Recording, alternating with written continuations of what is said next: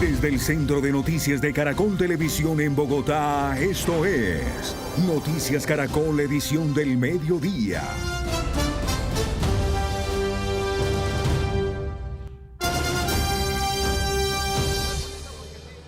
Hola, ¿qué tal? Muy buenas tardes. Los estamos saludando desde la sede de la Federación Colombiana de Fútbol, acá en el occidente de Bogotá. Hace pocos minutos salió justamente el equipo, los 26 jugadores de la Selección Colombia, Eduardo, que van a enfrentar el Mundial de Fútbol de Norteamérica, Estados Unidos, México y Canadá 2026. Hola, ¿qué tal, Catalina? Buenas tardes, un saludo para todos. Hace pocos minutos salió el bus hacia Catam ya para viajar a Estados Unidos, una selección colombiana de fútbol que hizo su último entrenamiento aquí en Bogotá. En la mañana estuvo en el hotel, luego llegó muy temprano acá, entrenaron, hicieron su última práctica y ya tomaron maletas rumbo hacia Norteamérica. Y ahí está esa imagen que estamos teniendo de ellos, comenzando este sueño mundialista, acompañando a la selección desde este punto, su salida hacia el aeropuerto en medio de un tráfico impresionante que se registra en la ciudad de Bogotá. Bueno, ya están yendo rumbo al aeropuerto de Catam, donde esperan ese avión de Avianca, porque también hay que decirles a los televidentes, a quienes se conectan a esta emisión del mediodía,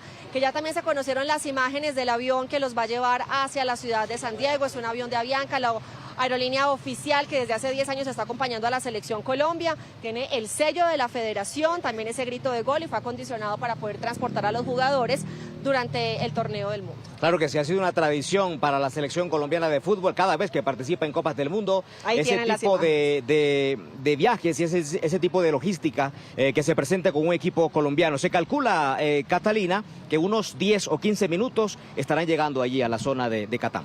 Ahí los estará esperando, también con el dron los estamos esperando que lleguen hacia la calle 26 para poder ver ese desplazamiento que los va a llevar hasta ese punto donde también mencionábamos hace unos instantes. Tienen ustedes las imágenes de la calle 26 desde hacia el oriente de la ciudad, donde se espera esa llegada del bus de la Selección Colombia, Eduardo, y van a recibir, según tenemos información, el pabellón nacional de manos del presidente de la Claro República. Que sí, ahí estará seguramente entregándole la bandera, que también es una tradición deportiva para delegaciones que representan al país a nivel internacional. Se hace con los Juegos Olímpicos, también con la Copa del Mundo. Fue impresionante, Catalina, por supuesto, la salida de la Selección Colombia, pero la despedida alegre que dio la fanaticada. Yo creo que cerca de 300 personas se acercaron aquí a la sede deportiva de la Federación Colombiana de Fútbol, y los que no alcanzaron a estar en la salida, en la puerta de la federación, montaron y se poblaron casi todo el puente peatonal que atraviesa la carrera 30.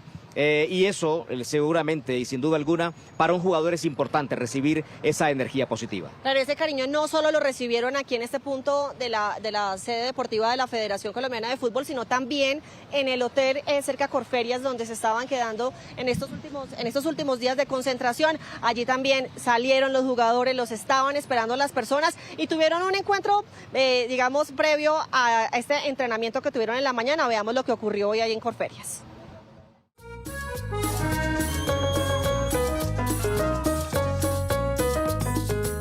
La ilusión intacta. 1 a 1 los jugadores de la Selección Colombia fueron abordando el bus que los trasladó desde el hotel hasta la sede de la federación. La papayera encargada de poner el ambiente despidió al equipo al ritmo de canciones tradicionales colombianas.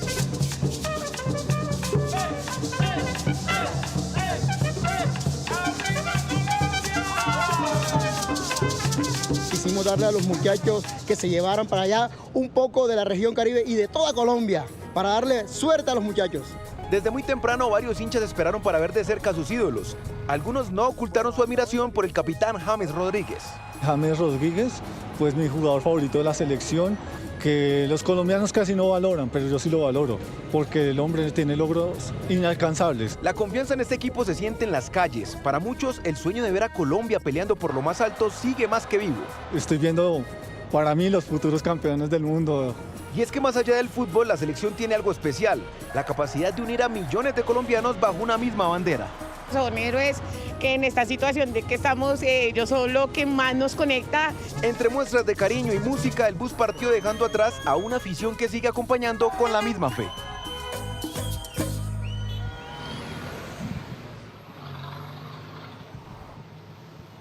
De fútbol, ustedes ven en recuadro pequeño al lado izquierdo de la pantalla El bus que se dirige ya está en la avenida El Dorado, de oriente a occidente, y al lado derecho tenemos otra toma que está haciendo es la espera para ver en qué momento llega. La avenida El Dorado, que fue terminada en 1959, que ya ha sido usada en varias ocasiones para este tipo de despedidas o recepciones. Recordemos que la selección que fue a Brasil 2014 fue recibida en esa ocasión con carro de bomberos y mucha gente por la gran actuación que se hizo en ese mundial acá en Sudamérica. El bus lleva a la selección colombiana de fútbol, que estuvo varios días acá en la capital de la República preparando los partidos de la fase de grupos del mundial. Primero estuvieron en la altura de Río Negro, en el oriente antioqueño, y luego llegaron aquí a Bogotá. ¿Por qué? Porque Bogotá tiene 2.600 metros de altura y la capital de México tiene 2.240. Así que es importante ir trabajando el tema de la adaptación. Por eso estuvieron varios días aquí en Bogotá, por eso jugaron ese partido amistoso en el que se derrotó 3-1 a la selección costarricense, y por eso también terminaron de hacer esos trabajos acá posterior a ese encuentro. Ahora, ¿cuál será el recorrido? Bueno, llegarán al aeropuerto El Dorado, abordarán el avión que se irá directo a San Diego, California, donde tienen el segundo amistoso. En esta ocasión será la selección de Jordania en un juego que se va a llevar a cabo el domingo. Y después de ese partido van a ir a Guadalajara, México, que ha sido elegido por el cuerpo técnico de la selección colombiana de fútbol como el centro de operaciones. Allá van a entrenar, allá van a dormir y allá van a jugar el segundo encuentro de la fase de grupos contra la República Democrática del Congo. Continuamos con Cata y Eduardo. Adelante, compañeros. Gracias, Luis Felipe, y obviamente toda esa preparación pues ha sido documentada a diario. Sí. La Federación Colombiana de Fútbol pues ha estado enviando ese material, ha estado pendiente. Ha habido también algunas restricciones para la prensa normales dentro de lo que son esas concentraciones, y que son parte de esa logística, de esa política del cuerpo técnico de Néstor Lorenzo. Sí, algunos fanáticos siguieron siempre a la selección Colombia en los días que estuvo aquí en Bogotá. Algunos consiguieron autógrafos. Yo recuerdo uno que llevó el álbum del Mundial. Sí. Y Lucho Díaz se lo firmó. Varios días estuvo ahí esperando. Sí. No sabemos si trabajaba o no, pero la novia le estaba diciendo, bueno, ¿y entonces qué pasó con las firmas del álbum? Ahí estaban. Y llevaron patillas, sí. Llevaron los álbumes, vimos música de todo tipo, pero encontramos un aficionado muy especial. Claro, un aficionado que adora a James Rodríguez, el 10 de la selección colombiana de fútbol, el capitán, el hombre que va a jugar su tercer mundial, fue la gran figura de Brasil 2014, no pudo terminar Rusia 2018 por una lesión, no jugó ese partido contra Inglaterra, pero seguramente será crucial tanto dentro del camerino por su liderazgo y en la cancha seguramente cuando tenga minutos el gran James Rodríguez. ¿Qué tanto ama un hincha a James? Aquí lo cuenta esta nota.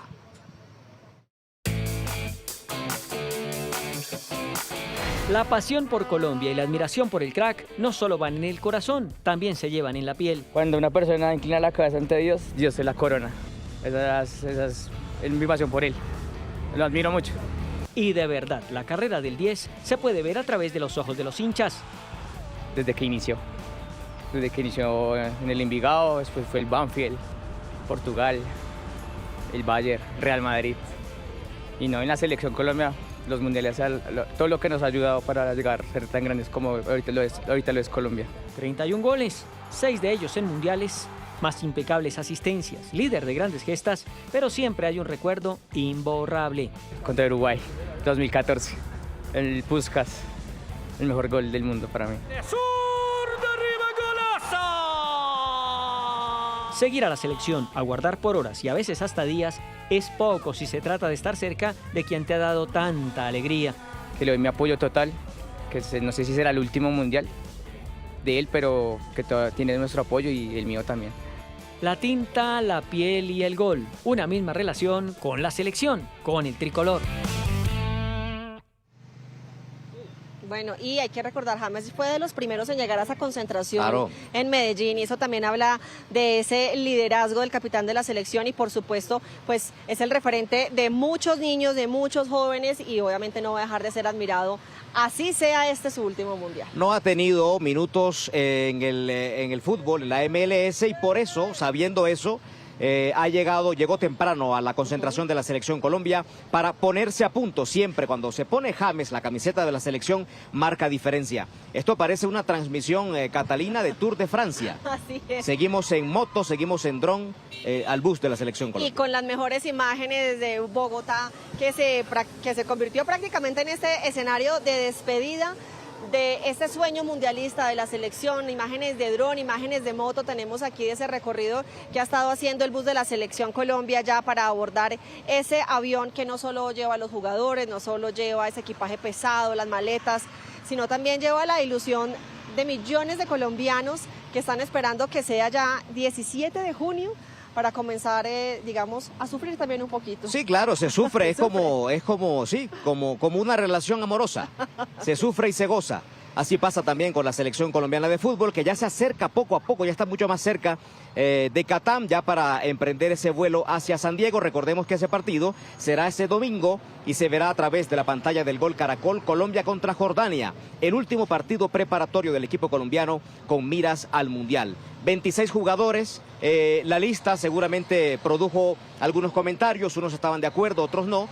Algo que ocurre normalmente en las convocatorias a las Copas del Mundo. Claro, es una fiesta que Colombia no vivía desde el año 2018, cuando la Selección Colombiana de Fútbol participó en ese Mundial de Rusia. Se sintió la ausencia aquí en Colombia cuando la tricolor no participó en el Mundial de Qatar. Claro. Y vivir esa fiesta otra vez, sin duda alguna, es algo especial. Y tenemos todavía muy pegado en el corazón lo que fue la participación de la selección en Brasil 2014, lo mencionaba Felipe hace un instante haciendo referencia al recorrido por la 26, pero en ese entonces fue la bienvenida de la selección que se hizo y que también se ubicaron en varios puntos de transmisión a lo largo de la calle 26 hasta que llegaron al Parque Simón Bolívar. Pero recordemos, Eduardo, que estos días de concentración pues no han sido solo entrenamiento, táctica, sino que también han tenido un espacio de estar con sus familias, porque eso es un ritual que ha mantenido Néstor Lorenzo, y es permitir ese contacto con las familias previo a esas fechas decisivas, a estos torneos tan importantes. ¿Cuándo fue ese último día con las familias? Y es que el martes, después del partido de Colombia contra Costa Rica en el Estadio El Campín, al otro día el técnico Lorenzo les dio trabajo en la mañana y por la tarde libertad, para que hicieran diligencias, para que estuvieran con sus familias, porque sin duda alguna, Catalina, el entorno de un futbolista profesional es importante, es una influencia psicológica para el futbolista. Si la familia del futbolista está bien, él también está bien mentalmente para enfrentar una competencia de alta exigencia como lo es una Copa del Mundo. Y seguramente también veremos que se va a repetir esa imagen en los Estados Unidos, cuando también, y en México, pues cuando también estemos ya en la participación oficial de la Selección Colombia en el Mundial, y ahí ya continúan su recorrido, Eduardo, ya acercándose al aeropuerto, ya han pasado. ¿Ya es por El Dorado? Sí, más o menos, ya están llegando a ese punto muy cerca al aeropuerto, a ese punto decisivo donde ya les diremos adiós y muy buena suerte a todos los jugadores. Y seguramente allá en la Copa del Mundo le darán la bienvenida a la Selección Colombiana de Fútbol, que hará su séptima participación en la historia de las Copas Mundiales. Ya estuvo, como lo decíamos, en Chile 62, Italia 90, lo mismo que Estados Unidos 94, Francia 98, Brasil 2014 y ahora Rusia 2018. Es un mundial importante que también marca digamos, la historia del fútbol colombiano, porque será el último mundial de James Rodríguez, el último capitán, el último 10 de la selección nacional, que fue goleador ya de una Copa del Mundo por primera vez en la historia para el fútbol colombiano, y será también el adiós de una generación que regresó a Colombia a una Copa del Mundo. Vamos a ir con Juan Rafael Rincón, que está en la calle 26, ahí muy cerca del aeropuerto, que nos cuente qué está viendo él, dónde está ubicado, Juan.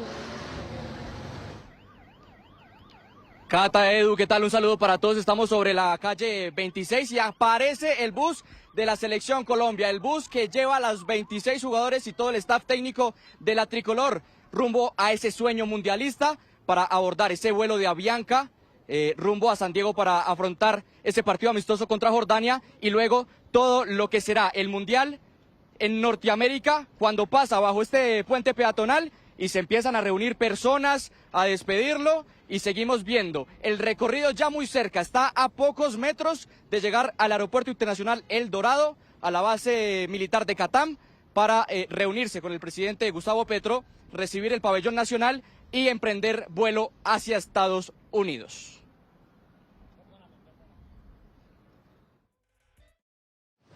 Bien, es el Juan. recorrido, sí. Sí, ahí estaba el recorrido, Eduardo. Y usted estaba mencionando de la despedida de una generación que no es solo la de James, también estamos viendo que es posiblemente el último mundial de Messi, de Cristiano Ronaldo también. Entonces también tiene una carga de emotividad este mundial de Estados Unidos, México y Canadá. Sí, claro, es el cierre de una generación dorada, de un duelo, un enfrentamiento que marcará la historia del fútbol para siempre, como lo fue ese duelo entre Cristiano Ronaldo y Lionel Messi. ¿Cuál de los dos es el mejor futbolista de la historia? Cada quien tiene sus favoritos. Algunos ponen por encima a Messi por haber ganado una Copa del Mundo, y esta será la última oportunidad de Cristiano de poder pelear por una Copa Mundial. Y será también el cierre de una generación dorada para la selección Colombia.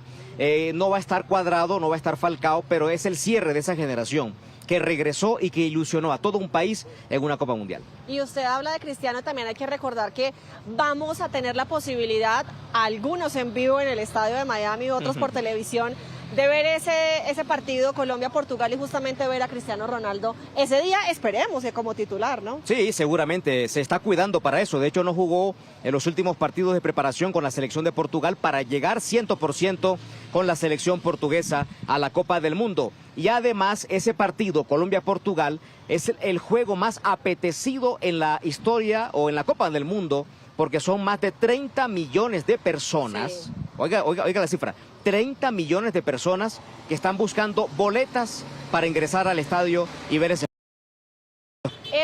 Ese partido es uno de los más buscados después de la gran final que va a ser en el estadio de New Jersey. Imagínense el nivel de partido que vamos a tener, que vamos a enfrentar ese día todos, porque todos lo vamos a conseguir. Ahí están ya llegando al aeropuerto El Dorado. Lo que están haciendo ellos es dando la vuelta para hacer el ingreso a la base militar de Catam, que es un ingreso distinto al de la llegada de pasajeros normales, para que la gente se ubique un poco cuando mencionamos a Catam. La base militar queda dentro del aeropuerto, pero se debe ingresar por una puerta distinta a la llegada de pasajeros que usualmente la gente conoce. Bueno, y ahí en Catam están nuestros compañeros Sergio Cepeda y Rocío Rodríguez al lado y esperando el bus de la Selección Colombia. Sergio, Rocío. Hola Edu, hola Cata, un saludo cordial para ustedes. Estamos en este momento esperando a que llegue entonces el bus de la Selección Colombia. Ya la hinchada está pendiente con carteleras, con banderas, los niños felices esperando por supuesto lo que será la llegada del bus, el equipo de la Selección Colombia antes de partir a territorio estadounidense.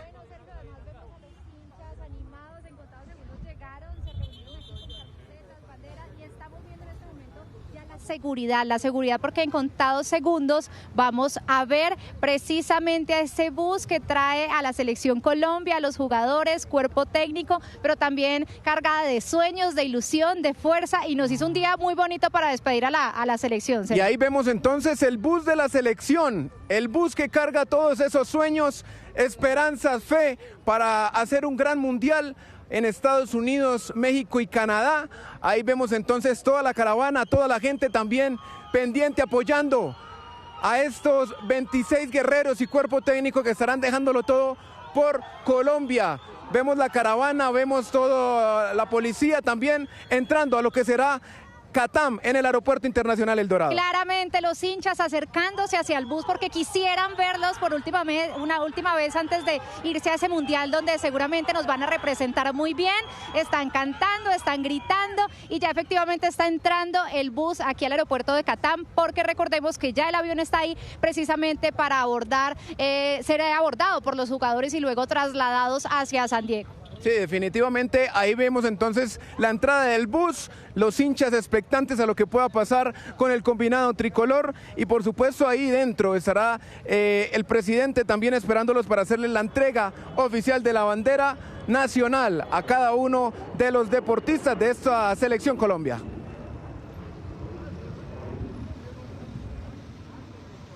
Gracias Sergio, gracias Rocío, ahí teníamos el reporte ya del ingreso a Catam. no sabemos todavía cuánto dura ese vuelo, de aproximadamente unas 6-7 horas, Eduardo, en un avión A320 de la aerolínea Avianca, que ya les hemos mostrado acondicionado, 9 horas, están diciendo que dura bastante largo, sí. Y acondicionado justamente para el transporte de los jugadores, del cuerpo técnico y de toda la logística. Es especial para ellos, para que vayan cómodos y lleguen a ese destino tranquilos. Que estiren bien las piernas, que descansen bien.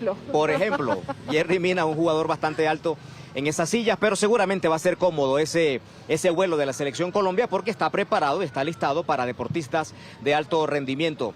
Bueno, decíamos que es el fin de una generación como la de James, como la de David Ospina, pero puede ser también el comienzo de una generación dorada para el fútbol colombiano.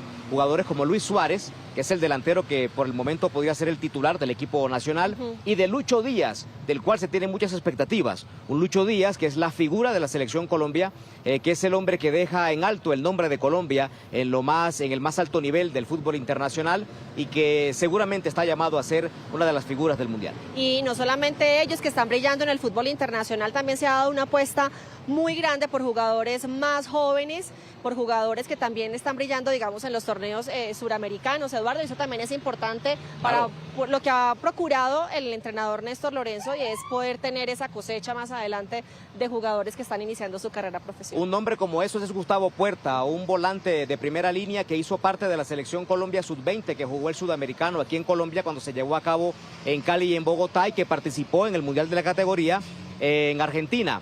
Fue el capitán de esa selección juvenil, llegó al fútbol de Europa, estuvo en Alemania, recientemente ya subió con su equipo en la segunda división de España y es un jugador a mirar para el futuro en el fútbol colombiano. Gustavo Puerta, el hombre de la mitad del campo. Y usted se acuerda tal vez mucho mejor que yo, que no soy periodista deportiva, pero ¿dónde empezaron esos jugadores que hoy estamos llamando las glorias del fútbol colombiano en este momento? James, Falcao, ¿cuáles fueron justamente esos torneos que los destacaron y los llevaron a los equipos en los que están jugando hoy y a ser también parte de la selección de mayores? Claro, yo recuerdo a James Rodríguez en la Copa del Mundo Sub-20 aquí en Bogotá, aquí en Colombia, exactamente. La selección jugó aquí en Bogotá. En esa selección estaban jugadores como Carlos Valdés, estaba James Rodríguez, estaba Luis Fernando Muriel, que era el delantero de la selección nacional, y muchos de ellos, estaba Santiago Arias también, que era el lateral derecho. Muchos de ellos hoy conforman esa selección que lamentablemente, bueno, había que pasar porque el tiempo no se detiene, que hoy llega y que en este Mundial llegará a su final. Así es, pero por ahora lo que nos concentra es esa emoción de despedir a nuestra selección Colombia, que ya viaja rumbo a Norteamérica. Como les decíamos, su primera escala será Estados Unidos para este último amistoso del próximo domingo, que se verá también por las pantallas de Gol Caracol, ¿verdad, Eduardo? Claro que sí.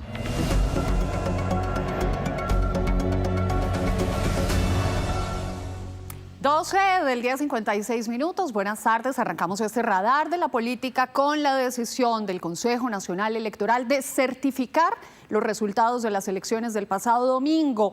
Desde Corferias llegaron los anuncios de cuántos votos obtuvieron finalmente los dos candidatos que pasaron a segunda vuelta, y justamente vamos a escuchar al presidente del Consejo Nacional Electoral, Cristian Quirós, con el anuncio, con este escrutinio finalizado al 100%.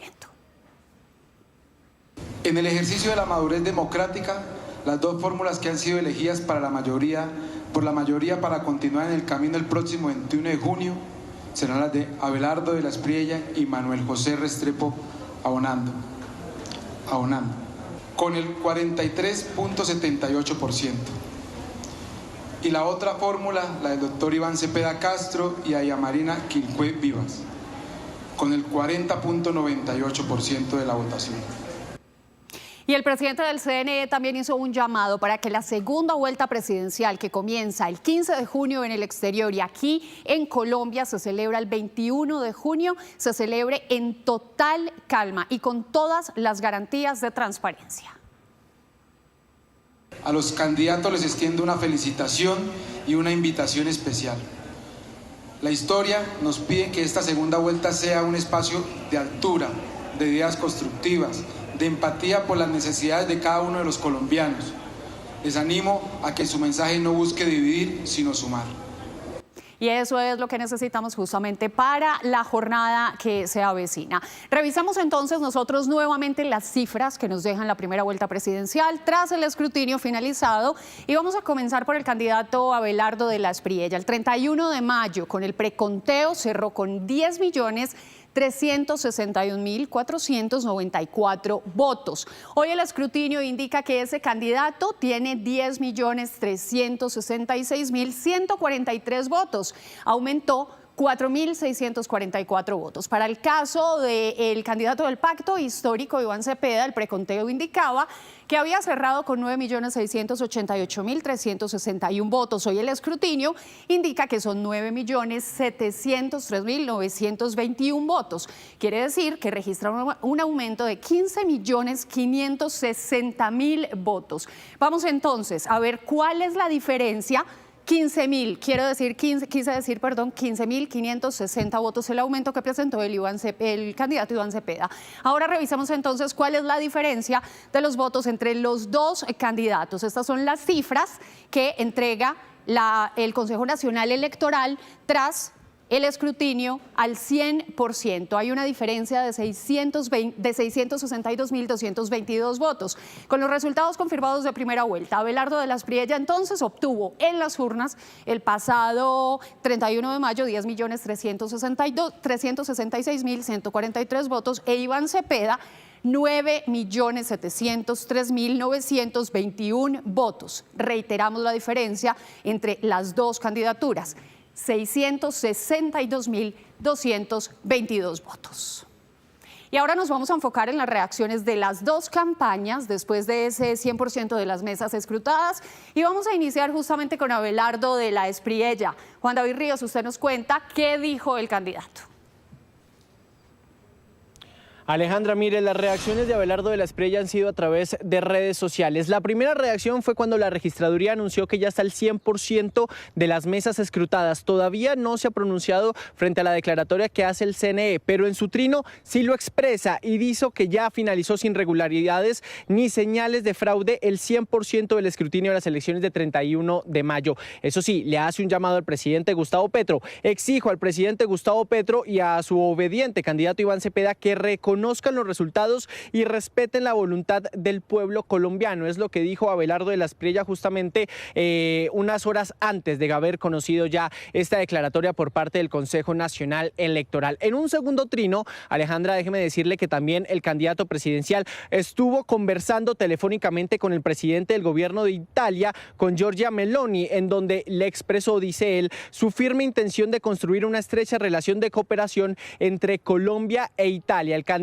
presidencial entonces, Abelardo de la Espriella, le hace un llamado a Iván Cepeda a reconocer los resultados de estas elecciones que ya el Consejo Nacional Electoral pues certificó, dándole a él como el ganador de esta primera vuelta presidencial y que por supuesto estará en contienda en una segunda vuelta con Iván Cepeda. Alejandra. Bien, Juan David, muchísimas gracias. Pues por ahora el candidato Iván Cepeda no se ha pronunciado sobre esos resultados del escrutinio, pero les vamos a contar a propósito que el gobierno y el comité promotor desistieron hoy de la idea de una Asamblea Nacional Constituyente, y por eso nos vamos a enlazar en este momento con Luis Eduardo Maldonado para que nos cuente cómo fue que se cocinó ese anuncio. Luis Eduardo, buenas tardes. La decisión de no seguir el camino de la Asamblea Nacional Constituyente la tomó anoche el presidente Gustavo Petro con el comité promotor en una larga reunión en el aeropuerto militar de Catán. Los integrantes del comité explicaron hoy que toman esa decisión luego de la lectura al momento político que vive el país, lectura que les dice que no es conveniente insistir en la convocatoria de la Asamblea Nacional Constituyente, tesis que comparte el ministro de Trabajo Antonio Sanguino, quien venía impulsando la iniciativa con el comité promotor, que ya había adelantado la recolección de firmas para respaldar el proyecto que sería presentado al Congreso de la República.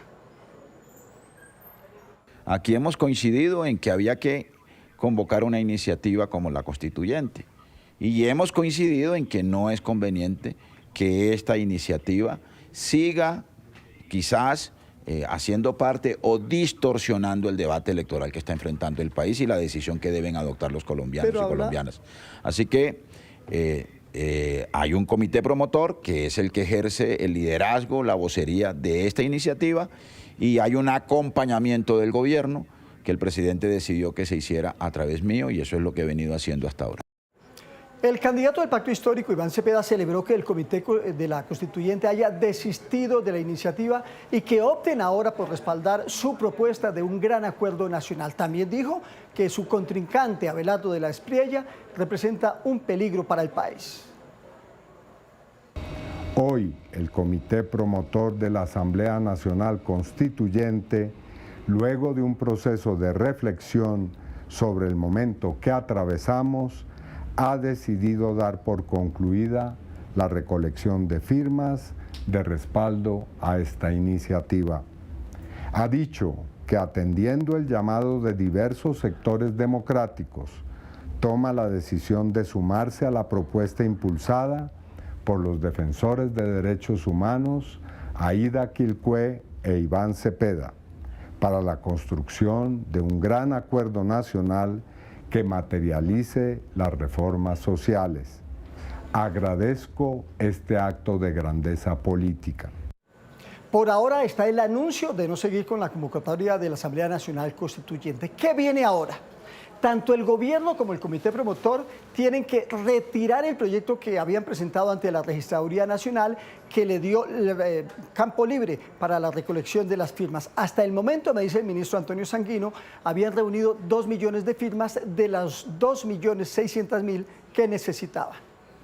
Estaban a 600.000 firmas entonces. Luis Eduardo, muchísimas gracias. Vamos a hablar del expresidente Juan Manuel Santos, que envió hoy un mensaje a los candidatos presidenciales y dijo que el próximo gobierno tendrá grandes retos, pero uno principal deberá ser el de conciliar las diferentes corrientes políticas del país y lograr tejer acuerdos. El próximo gobierno va a encontrar muchos retos difíciles en materia de seguridad, en materia fiscal, en materia de la salud, en materia de energía. Pero el reto más difícil y más importante es el de la gobernabilidad. El reto que va a tener el próximo gobierno apenas se posesione es poder conciliar a las diferentes corrientes políticas para lograr acuerdos, para lograr reformas que solucionen esos retos. Ese es el gran desafío del próximo gobierno. Tender puentes, como lo hicimos nosotros cuando llegamos al gobierno. Yo invité a quienes fueron mis rivales en la elección presidencial a que hicieran parte de mi gobierno. Adopté muchas de sus iniciativas, de sus propuestas, y de esa forma logramos aprobar las leyes y poner en marcha las políticas que obtuvieron los mejores resultados en materia social, en materia económica, en materia de seguridad, en materia de relaciones internacionales, en materia de infraestructura, de cualquier gobierno en este siglo. 1:06 p.m. Vamos a hablar ahora de la orden judicial que involucra al candidato Abelardo de la Espriella. Un juez le prohibió a de la Espriella el uso de la camiseta de la Selección Colombia en medio de su campaña política. Nos enlazamos con Tatiana Sanabria. ¿Por qué se dio la decisión, Tatiana? ¿Qué tal? Muy buenas tardes. Un juzgado de Bogotá admitió una acción de tutela presentada por William Bocanegra Calderón contra el candidato presidencial Abelardo de la Espriella del partido Defensores de la Patria. El accionante argumentó que el uso de la camiseta de la Selección Colombia como símbolo de la campaña política vulnera sus derechos fundamentales a la igualdad, a la no discriminación, a elegir y ser elegido. Al considerar que se asocia un símbolo deportivo nacional a una candidatura específica y se estigmatiza a quienes tienen posiciones ideológicas distintas. Mientras estudia el fondo del caso, la juez concedió una medida provisional que ordena al candidato y a su partido abstenerse de utilizar la camiseta oficial de la Selección Colombia en actividades de campaña, publicidad, redes sociales y otros medios de difusión hasta que se profiera una decisión definitiva sobre esta acción de tutela.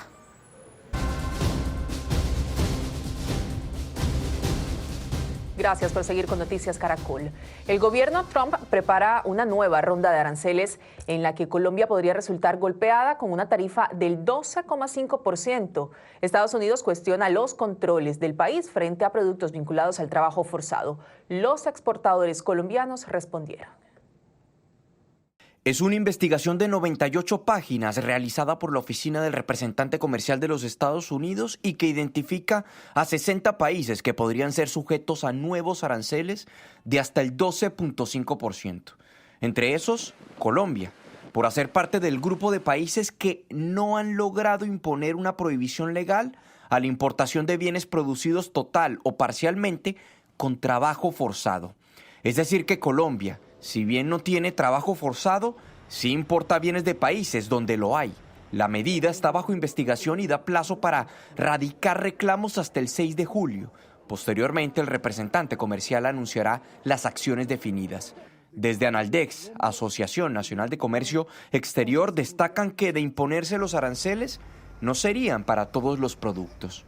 La noticia positiva es que los productos que ya están excluidos continúan excluidos.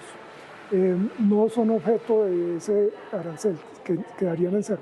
El riesgo es para aquellos productos que hoy tienen 10 y que podrían subir a 12.5. El petróleo, por ejemplo, es uno de los productos que quedaría exento de aranceles, así como también el café. Otros países que también Estados Unidos tiene en la mira de nuestra región son Argentina, México, Brasil, Honduras, Guatemala, Guyana, El Salvador, Perú, Uruguay, Costa Rica y Venezuela. También aparece Israel, el bloque de la Unión Europea y China. No obstante, en el caso de Colombia, que actualmente enfrenta un arancel global del 10%, Estados Unidos no da una justificación particular, solo coloca al país en una categoría de todas las demás economías y señala que es inaceptable que sus aliados comerciales no apliquen prohibiciones a la importación de bienes producidos a partir de trabajo forzado y que crea una dinámica de competencia desigual para Estados Unidos. La realidad es que esta medida del presidente Trump es una respuesta al fallo de la Corte Suprema que tumbó sus aranceles globales por considerarlos ilegales. El mandatario había vuelto a imponer ese arancel global del 10%, pero por un periodo limitado que se vence el 24 de julio. Con esta investigación no solo podrá mantener ese arancel del 10%, sino incrementarlo al 12.5%. La fórmula vicepresidencial de Iván Cepeda, Aida Quilcue, estuvo esta mañana en nuestra primera emisión. Les presentamos un fragmento de la conversación que sostuvo con María Alejandra Villamizar. ¿Por qué esta división? Bueno, es una política que han sembrado quienes consideran que Colombia es de unos y no de todos. Y resulta que en Colombia existen diversidades, no solamente diversidades de pueblos, sino diversidades de pensamiento o ideológicos, diversidades también de construcción de otra Colombia distinta desde los territorios, y cuando hablo del territorio no es solamente esa zona rural, nosotros concebimos el territorio también desde las ciudades. Si ustedes son gobierno, en un segundo gobierno progresista, ¿cómo avanza en el tema de la tierra y cómo lo coincide, digamos, para digamos, liberar un poco todas esas tensiones que existen? Bueno, yo creo que esto también hace parte de unos procesos históricos que hemos venido liderando, pero más allá de eso yo sí considero que las iniciativas, sobre todo el trabajo de la tierra, lo hace el indígena, lo hace el campesinado, lo hacen quienes viven en las zonas rurales. Por lo tanto, lo han hecho, pero no se ha valorado esa riqueza que tenemos y que son ellos los que nos traen la comida a la mesa, no de la ruralidad, sino de la ciudad. Y hay que darle oportunidades, pero también garantías desde un gobierno. Y lo digo porque en alguna época mirábamos cómo se botaba la leche, cómo se botaba la papa del campesinado que producía. Pues tenemos que buscar esos mecanismos en donde el pequeño productor no tenga que botar su producto de su trabajo y de su sacrificio, sino que se convierta en una oportunidad para el país. ¿Qué reflexiones han hecho ustedes internamente? ¿Aceptan o no los resultados? El Consejo Nacional Electoral acaba de decir, bueno, el 99.9% de los resultados y de las mesas escrutadas corresponden al mismo preconteo. ¿Cómo van a dirimir este conflicto de camino a pedirle el voto a los colombianos? Bueno, yo creo que hay una comisión encargada sobre esos temas y estamos dispuestos pues a reconocer la verdadera democracia de este país. Lo cierto es que nosotros como candidatos nos vamos a concentrar, o nos hemos concentrado, esa es la campaña, a conversar con los pueblos, a conversar las propuestas de esta iniciativa de proyecto de país, y a eso nos vamos a concentrar, de tal manera que sí consideramos que esa democracia transparente, la decisión consciente de muchos ciudadanos y ciudadanas tiene que verse y seguir viéndose reflejada en esa decisión definitiva por este cambio de país. ¿Cree que ese diálogo, ese debate entre los candidatos a la presidencia y los candidatos a la vicepresidencia tiene que darse, tiene que presentarse frente al país, esos dos modelos que están en juego? Bueno, yo estoy convencida en que el diálogo tiene que seguirse dando con el pueblo, porque el otro candidato tiene que buscar sus votos y nosotros tenemos que seguir reafirmando nuestro proyecto político. Y si se da, pues lo haremos, pero por ahora nosotros nos vamos a concentrar con el diálogo directo con nuestras comunidades, porque vengo, no nuestras comunidades, sino todas las expresiones del país, porque vengo de un recorrido desde el sur de Colombia y diría casi toda Colombia, y hemos encontrado muchas expresiones de nuestra gente en donde quieren otra Colombia de esperanza, de inclusión, y yo creo que ese diálogo no es solamente un diálogo, sino las propuestas que también se tejen alrededor de esa expresión de la gente. En Noticias de Salud, hoy hablamos de la enfermedad de las 1000 caras. Doctora Fernanda, buenas tardes. Usted nos cuenta cuál es y por qué la llaman así. Ana, buenas tardes. La enfermedad de las 1000 caras es la esclerosis múltiple, una condición poco frecuente, por eso considerada una enfermedad rara, pero que cuando se presenta afecta con más frecuencia a las mujeres. ¿Por qué las 1000 caras? Porque se puede manifestar de diferentes maneras, los síntomas son muy variados. Mientras en una persona puede producir alteraciones del equilibrio, en otra se puede manifestar con problemas visuales, y eso pasa dependiendo de la zona del sistema nervioso que esté afectada. Victoria tenía 12 años cuando un día simplemente no pudo pararse de su cama. Tenía paralizado medio cuerpo. Ni ella ni sus padres entendían lo que le estaba pasando. Uno se acuerda exactamente qué pasa cuando tiene el primer episodio. Es una situación que uno me asusta. A mí por lo menos me asustó mucho. Yo estaba en la cama, yo me estaba despertando, tenía que ir al colegio y no me podía parar. Después de muchos estudios y consultas, le entregaron el diagnóstico: esclerosis múltiple, una enfermedad que afecta el sistema nervioso. Ocurre porque el sistema inmunológico se confunde y ataca una sustancia que se llama mielina, que está recubriendo las fibras nerviosas. Cuando eso pasa, los impulsos nerviosos no se transmiten bien y aparecen una variedad de síntomas que dependen de la zona del sistema nervioso que se afectó. Victoria recuerda que antes de ese primer episodio se tropezaba constantemente y sentía hormigueo en sus extremidades. Los síntomas de la esclerosis múltiple son muy variables. Algunos de los más comunes son pérdida de la visión o visión borrosa por un ojo.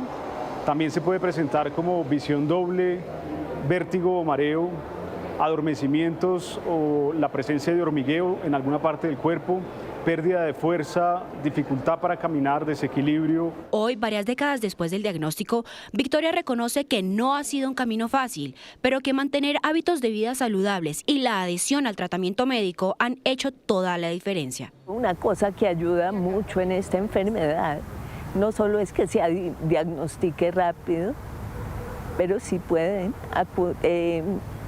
mantengan un protocolo médico. Hay muchas medicinas ahora, comparado con las que había en mi época. Victoria dice que sin duda su vida cambió tras el diagnóstico, pero desea dejar un mensaje de esperanza. La esclerosis múltiple cambia tu vida, pero no tiene que ser hacia mal. Le recomiendo a todo el mundo no echarse a la perdición, no es motivo. Es difícil, pero todos podemos salir adelante. Por eso, ella hoy brinda a través de su cuenta de Instagram acompañamiento a pacientes y familias para ayudarles con su experiencia en este camino. Lo último en Noticias Caracol. 2 de la tarde, 24 minutos. Mucha atención. Una explosión seguida de un incendio dejó 4 personas muertas en Cartagena. Tatiana Rodríguez, ¿qué fue lo que ocurrió? Ana Milena y televidentes, muy buenas tardes. Justamente los saludo desde aquí, desde el corregimiento de Pasacaballos, donde se originó esta emergencia. De acuerdo con las autoridades, al parecer la barcaza que se encuentra ubicada sobre el canal del Dique, aquí en la calle del puerto de este corregimiento, tenía en su interior pues combustibles y ocasionó esta explosión que fue atendida y que sigue siendo atendida por las autoridades, por el cuerpo de bomberos. 5 máquinas fueron necesarias, pero también el apoyo de Ecopetrol con su equipo especializado, el puerto de Cartagena, para poder controlar esta emergencia que se registra aquí a esta hora. Pues las autoridades de salud hablan de 9 personas heridas, pero también el cuerpo de bomberos confirmó 4 personas muertas tras esta emergencia. Pues los heridos fueron atendidos aquí, están siendo atendidos en el centro de salud del corregimiento y 4 han sido trasladados a otros puestos de salud en Cartagena.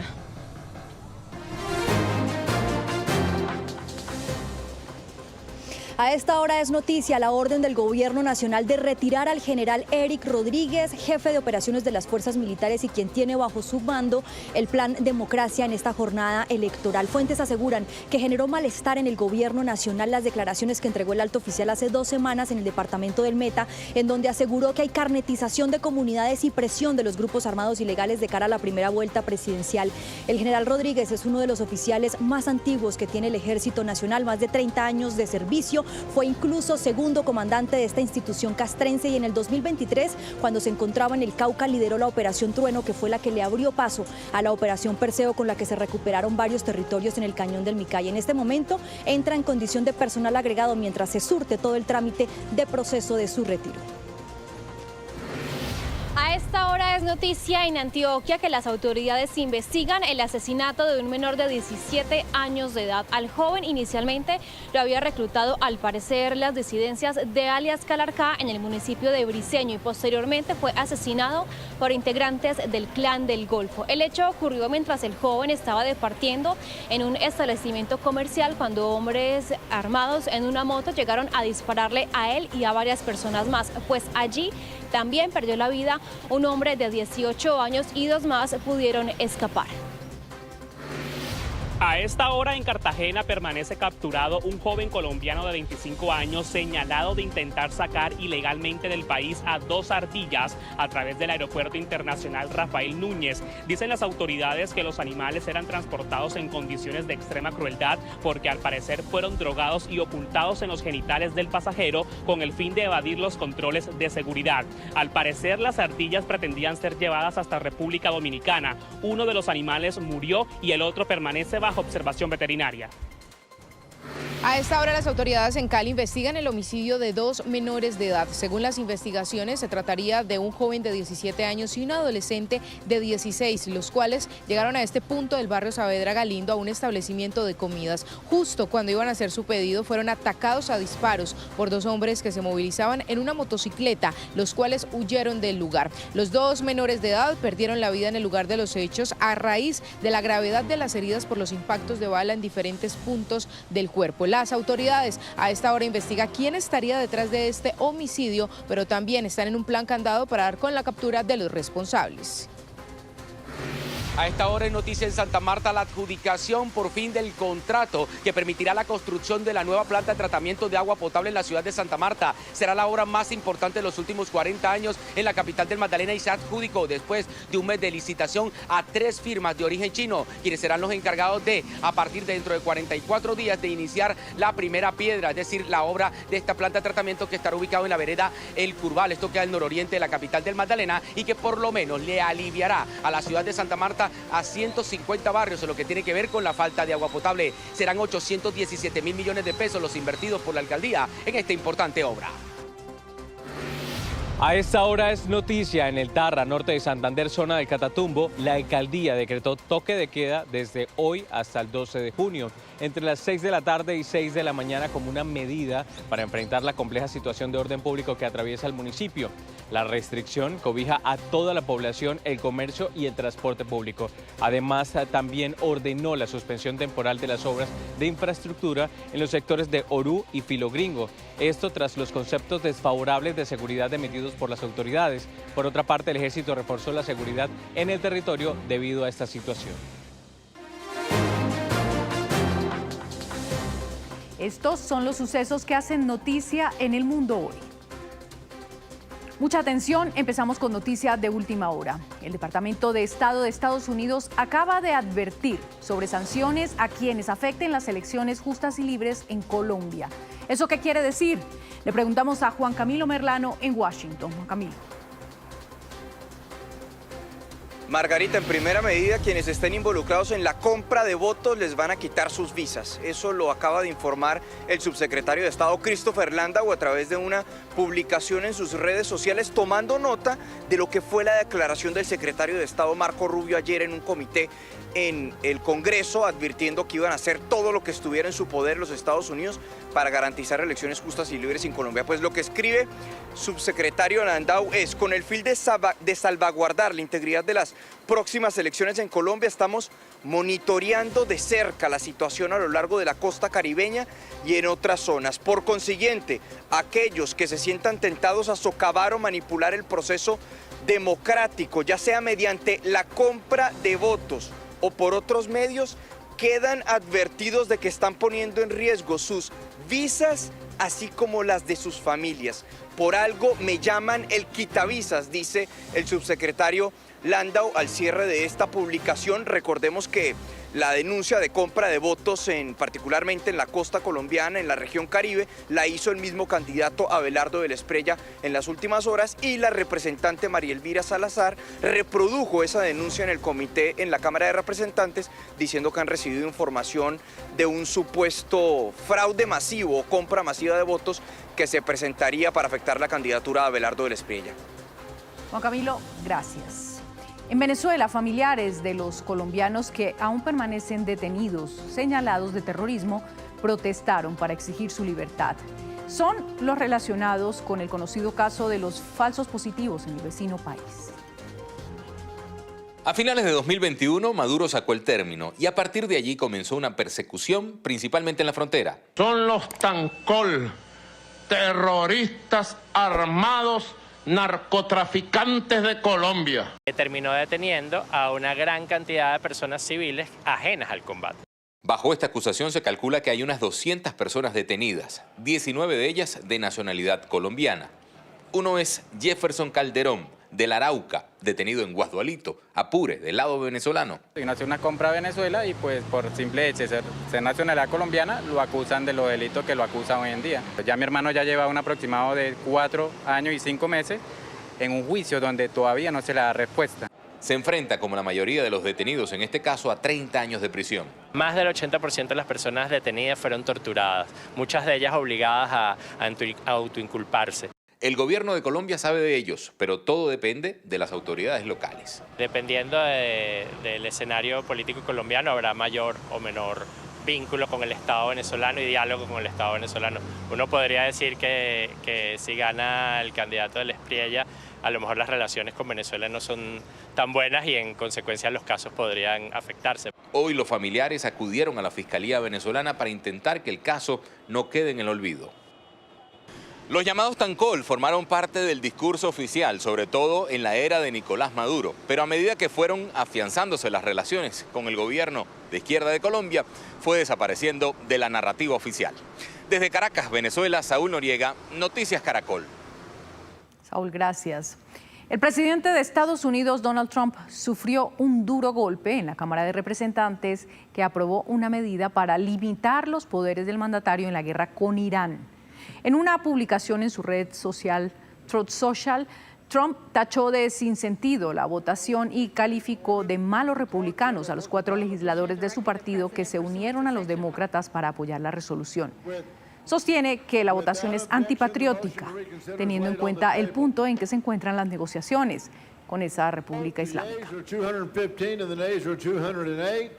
Catalina Gómez Ángel, periodista colombiana en Medio Oriente que reporta para Noticias Caracol y otros medios alrededor del mundo, fue galardonada con el premio Gabo 2026 a la excelencia por su gran labor como periodista de guerra. Ella, entre muchas otras sucesos, ha registrado la guerra en Medio Oriente y en Ucrania. Y preocupación. El arte de contar historias en zonas de guerra, con coraje, en medio del conflicto. En Irán, uno de los países en el que las mujeres viven bajo un sistema de discriminación estructural y severas restricciones. Hoy el premio Gabo le otorga a Catalina Gómez Ángel el reconocimiento a la excelencia por su valentía, independencia y rigor narrativo, con los que ha cubierto algunas de las realidades más complejas del mundo contemporáneo. Hola, estoy en Polonia, a punto de abordar un vuelo, vengo camino de Ucrania. Aquí me tomó el anuncio de este premio, que me ha sorprendido enormemente. Realmente nunca me lo esperaba. Hay tantos periodistas y sobre todo mujeres periodistas también comprometidas en provincias, en lugares recónditos de Latinoamérica, de Iberoamérica y también en el mundo, contando lo que está pasando. Catalina es oriunda de Pereira, está radicada en Teherán. En 2007 se fue para Irán a ser corresponsal en Oriente Medio, donde reportar es un gran desafío y la guerra aún más. Catalina, muy rápidamente para cerrar, ¿cómo está usted? ¿Tiene miedo y por qué ha decidido volver a Teherán? Bueno, no tengo miedo. Realmente la situación sí es de mucho cuidado, porque los bombardeos, si bien a puntos específicos, pueden tener, o hemos visto que tienen muchas consecuencias colaterales, que es esta palabra tan horrible que surgen las guerras y que todos pues puede pasar en cualquier momento. También ha estado en Ucrania. Realizó un documental llamado Detrás de la guerra. Acompañó a los mercenarios colombianos que pelean en ese conflicto. Recibirá el galardón el próximo 24 de julio en el marco del Festival de Gabo. Desde una de sus casas periodísticas le decimos felicitaciones, enhorabuena. Este ha sido un informe de Catalina Gómez Ángel desde Cali. 2 de la tarde, 36 minutos. En las últimas horas, el presidente Gustavo Petro ordenó un nuevo bombardeo en Guaviare contra las disidencias bajo el mando de alias Iván Mordisco. Paula Belalcázar, ¿qué se sabe de esa operación? Buenas tardes. Este es el bombardeo número 23 ejecutado en el departamento del Guaviare en los últimos 4 años.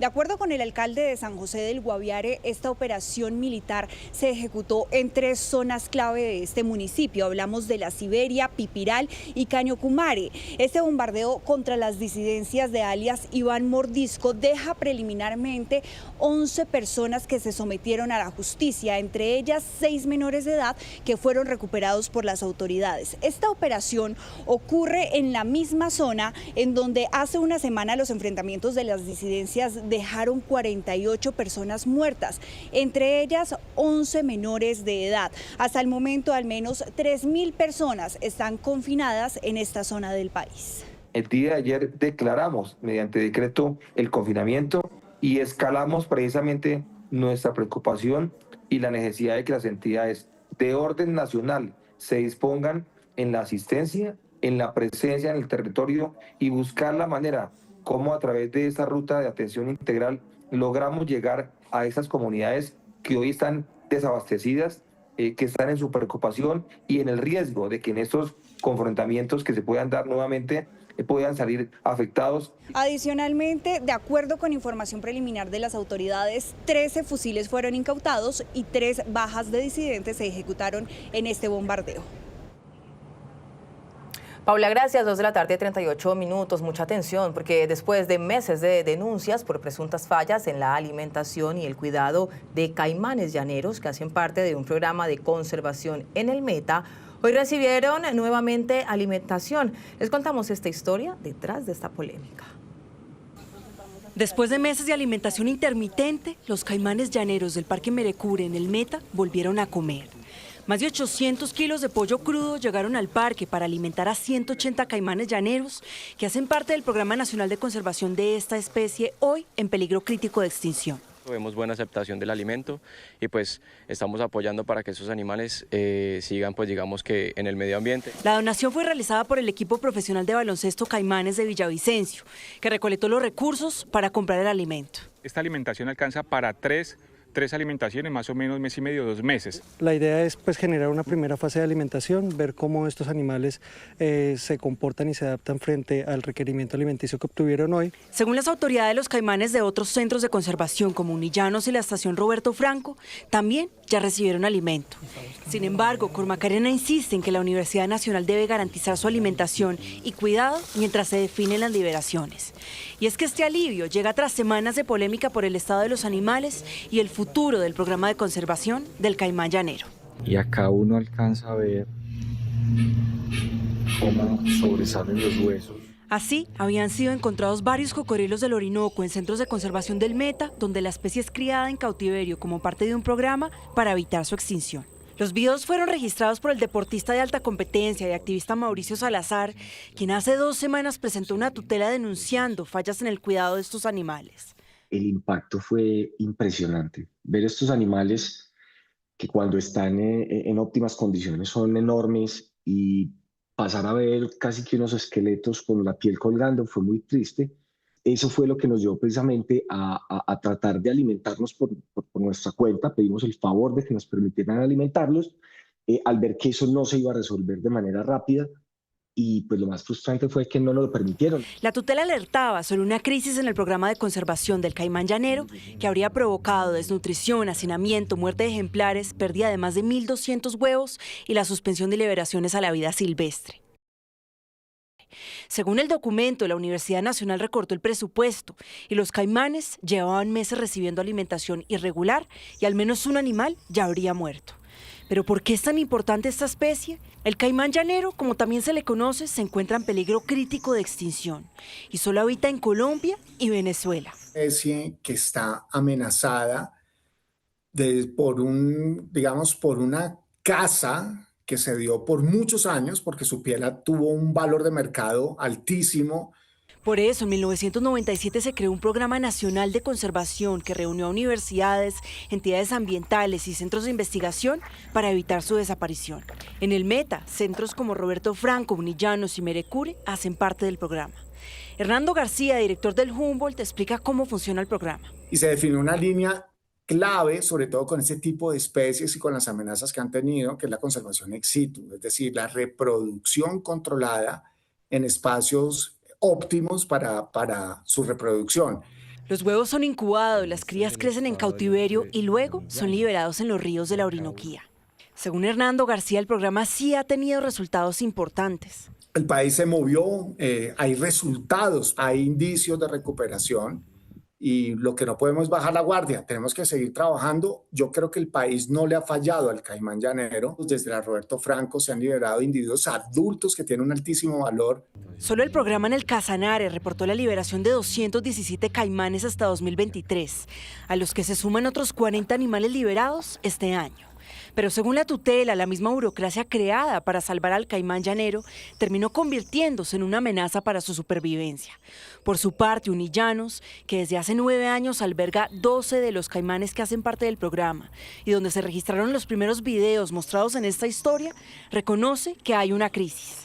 Esta crisis que se está presentando, que tiene que ver con algunos problemas administrativos con la Universidad Nacional y el Ministerio del Medio Ambiente, ha hecho que este año tengamos dificultades en lo que tiene que ver con la alimentación y la atención médica de nuestros ejemplares.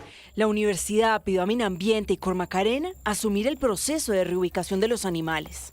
Nos interesa de alguna forma que el Ministerio del Medio Ambiente y Cormacarena se apersonen para que los especímenes se trasladen a su ámbito natural y mientras se trasladan, por lo menos los 12 especímenes que tenemos en la Universidad de Los Llanos, pues tengan la alimentación y tengan el acompañamiento veterinario por expertos. En un comunicado, la Universidad Nacional aseguró que durante años ha asumido casi sola los costos de alimentación y cuidado de los caimanes.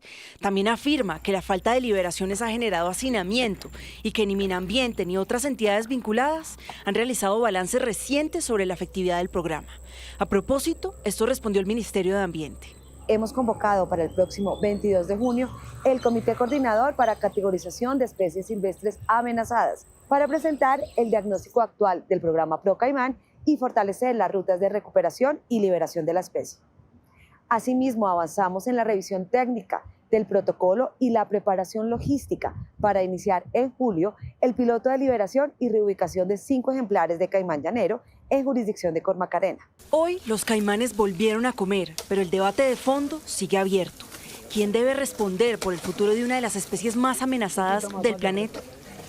3 de la tarde, 13 minutos. En el plano nacional, el municipio de Andes, en Antioquia, enfrenta una emergencia por una creciente súbita que deja hasta el momento 12 personas evacuadas, 3 puentes peatonales colapsados y pérdidas de enseres. Además, 12 veredas permanecen incomunicadas. ¡Jaime, por Dios! Este video muestra la magnitud de la creciente que se presentó en el corregimiento Santa Inés del municipio de Andes en Antioquia y que se llevó a su paso árboles, escombros, ramas, viviendas y hasta la tranquilidad de los habitantes. Vemos acá la calle como quedó, la calle que conduce al centro salió desde arriba de la iglesia. El fenómeno natural afectó el templo. 3 viviendas quedaron totalmente destruidas y 200 personas ubicadas al lado de la quebrada Santa Bárbara debieron evacuar. Simplemente escuchamos un golpe muy fuerte y llegó la primer bomba. Y en cuestión de segundos inundó la iglesia, la escuela y subió hasta cierta parte del parque. ¿Listo? 12 veredas quedaron incomunicadas tras el colapso de 3 puentes peatonales. Tenemos 21 viviendas urbanas en el corregimiento inundadas, 3 viviendas rurales, 2 viviendas destruidas, 2 establecimientos comerciales inundados, la inundación del templo, la inundación del costado de la iglesia y la entrada al establecimiento educativo, la escuela. Hasta en las horas de la noche no había acueducto en el corregimiento. Hay un colapso del alcantarillado en la parte baja, igualmente del corregimiento de Santa Inés. Mientras tanto, en el municipio de Turbo, la gente está casi que nadando en sus casas por el aguacero de las últimas horas. Agua a la cintura, ya gracias a Dios, ahí vamos, ya acá en la parte baja del mar, ya está bajando, pero por favor, pónganse la mano en el corazón y visiten a todas esas veredas que hoy en día, o en estos momentos, están en esta situación en la que nosotros también nos encontramos. Los damnificados esperan que las lluvias sean un poco y les dé tiempo de reparar los daños o les facilite la entrega de ayudas a las autoridades. Otras 3 regiones del país afrontan emergencias con miles de damnificados. Aquí está el reporte con nuestros corresponsales que iniciamos en Quibdó con Andrea Estrella. En el departamento del Chocó, con la llegada del fenómeno del Niño y en algunas zonas con las intensas lluvias, hoy dejan más de 60.000 familias damnificadas en 14 de sus municipios. También hay que decir que en las últimas horas en la vía Quibdó-Medellín se presentaron diversos deslizamientos de tierra, dejando hoy la movilidad con restricciones, especialmente en el Carmen de Atrato, donde decenas de familias están damnificadas por un vendaval. Varias familias que hemos perdido casas, de levantamientos de techos, familias que han perdido todo, en las vías de Rao, Carmen de Atrato, colapsada, derrumbes, pero gracias a Dios con la maquinaria amarilla que hemos tenido, hemos salido adelante.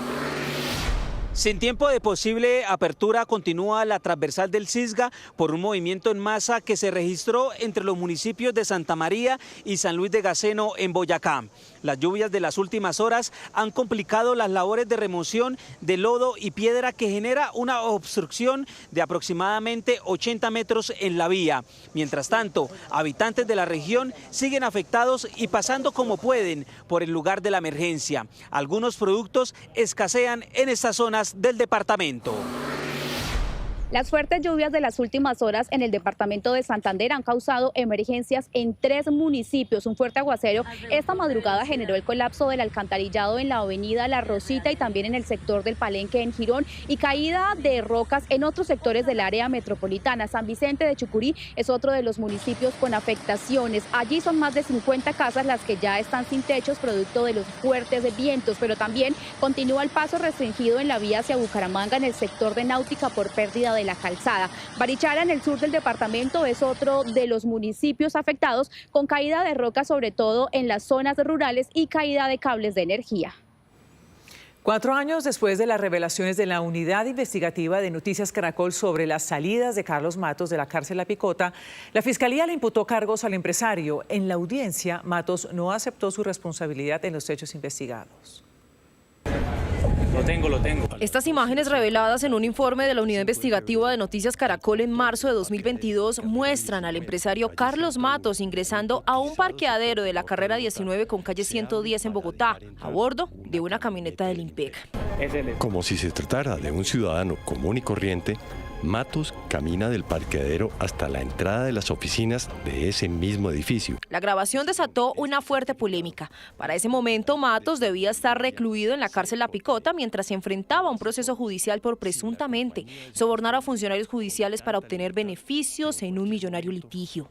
El informe periodístico reveló cómo el empresario se movilizaba fuera del penal con aparente libertad y presuntamente con la complicidad de los funcionarios del IMPEC. 4 años después, esa investigación periodística derivó en una imputación de cargos por parte de la Fiscalía. Usted induce a los funcionarios públicos a que le permitan desarrollar labores personales no permitidas, tengan contacto con familiares, con particulares y actividades también prohibidas, así como el uso de dispositivos celulares en todo momento. La imputación de cargos se produjo después de un fracaso en un controvertido principio de oportunidad que la Fiscalía buscó acordar con Matos, a cambio de suspender el proceso penal en su contra. El empresario se comprometía a entregar 2 camionetas de alta gama y una motocicleta. Sin embargo, la juez del caso rechazó el acuerdo al considerar que no cumplía con los requisitos legales. Tras esa decisión, la Fiscalía continuó con la investigación e imputó a Matos los delitos de peculado por uso y prevaricato por omisión. El personal de guardia decide apartarse de esas funciones para cumplir sus caprichos, para cumplir sus funciones personales, para llevarlo a que usted haga y cumpla sus deberes que de pronto no los podía cumplir estando en el Picota privado de la libertad, como debió ser. En medio de la audiencia, Matos se declaró inocente. Señoría, no acepto los cargos. Se espera que en los próximos meses la Fiscalía radique la acusación contra Matos para que sea llamado a juicio. Lo último en Noticias Caracol. Atención, la Corte Suprema de Justicia acaba de tomar una decisión clave en el caso de Santiago Uribe Vélez, hermano del expresidente Álvaro Uribe. Rocío Franco, usted tiene los detalles. Pues la Sala Penal de la Corte Suprema de Justicia, en una determinación de 605 páginas, deja en firme y confirma la condena de 28 años de cárcel en contra del ganadero Santiago Uribe, hermano del expresidente Álvaro Uribe Vélez. En esta ocasión, la condena es por el delito de concierto para delinquir y homicidio agravado. Esto es por haber pertenecido a un grupo ilegal denominado como el de los 12 apóstoles. De esta manera, la Corte, con esta determinación, frena la prescripción que se daría en los próximos días frente a este caso. El alto tribunal ha ordenado que el expediente sea comunicado y enviado al Tribunal de Antioquia para que emita la procedente orden de captura. Rocío, gracias. En otras noticias Caracol del día, luego de años de retrasos e incumplimientos, el distrito entregó la totalidad de la avenida Laureano Gómez, que beneficiará a más de 1 millón de habitantes en el norte de Bogotá. Durante años la carrera novena fue un anhelo de la comunidad, pues no solo mejoraría la movilidad entre las calles 170 y 193, sino que también representaría el desarrollo de la zona. Por esta razón, hoy los residentes de este sector salieron a celebrar junto al alcalde de Bogotá. Nadie quería perderse esta inauguración, por eso las ventanas fueron el mejor balcón para apreciar la vía. Más de 10 años, yo creo. Esto era terrible, de toda la vía vuelta nada, de barro, horrible. Que esto cambió del cielo a la tierra. Agarro de aquí, en media hora estoy en el trabajo. Antes no, antes era más difícil. O no sacar la bicicleta por el peligro. Entonces agarrabas tu transporte y demoraba mucho más. La avenida Laureano Gómez beneficiará a más de 1 millón de personas y tras varios tropiezos, hoy está lista. Una obra que fue contratada en 2017, hace casi 9 años. Tenía que estar lista en el 2020, cuando llegamos tenía un avance del 75%, pero estaba bloqueada por problemas de redes, red matriz, en fin, pudimos resolver todos los problemas, hemos habilitado gradualmente y hoy habilitamos el último tramo que estaba pendiente. Son más de 23.000 metros cuadrados de espacio público y zonas verdes, más de 400 árboles plantados, son más de 250 luminarias, hicimos un esfuerzo además en la jardinería también, pero además los murales, aquí ya no se alcanzan a ver, pero hicimos unos murales maravillosos, la gente está feliz. Una obra que dinamiza el desarrollo y eleva la calidad de vida de las personas. La habilitación de la avenida Laureano Gómez permitirá descongestionar la avenida Boyacá, la autopista norte y la carrera séptima.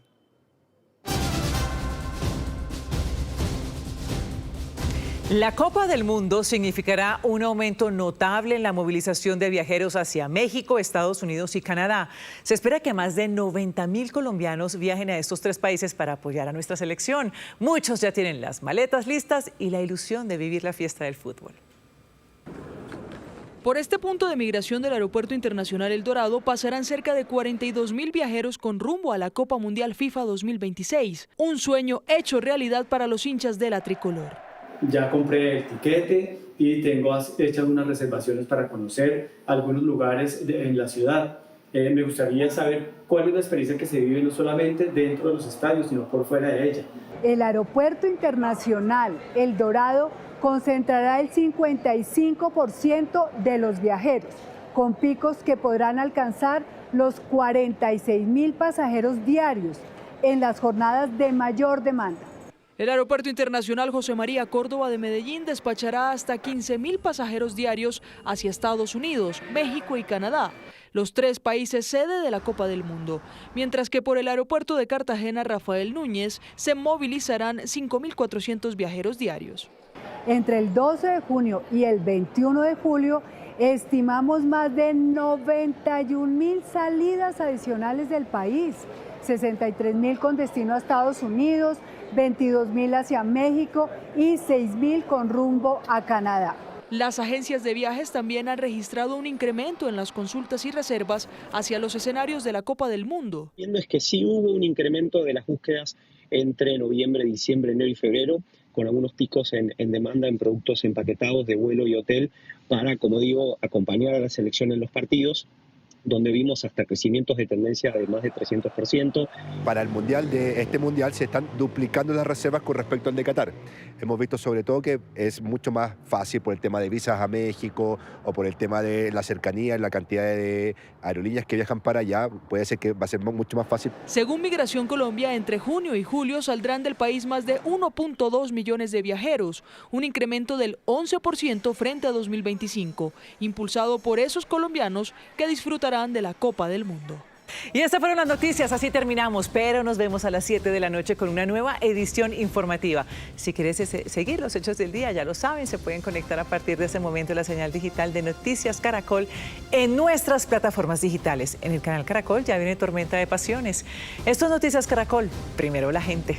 Chao, feliz tarde.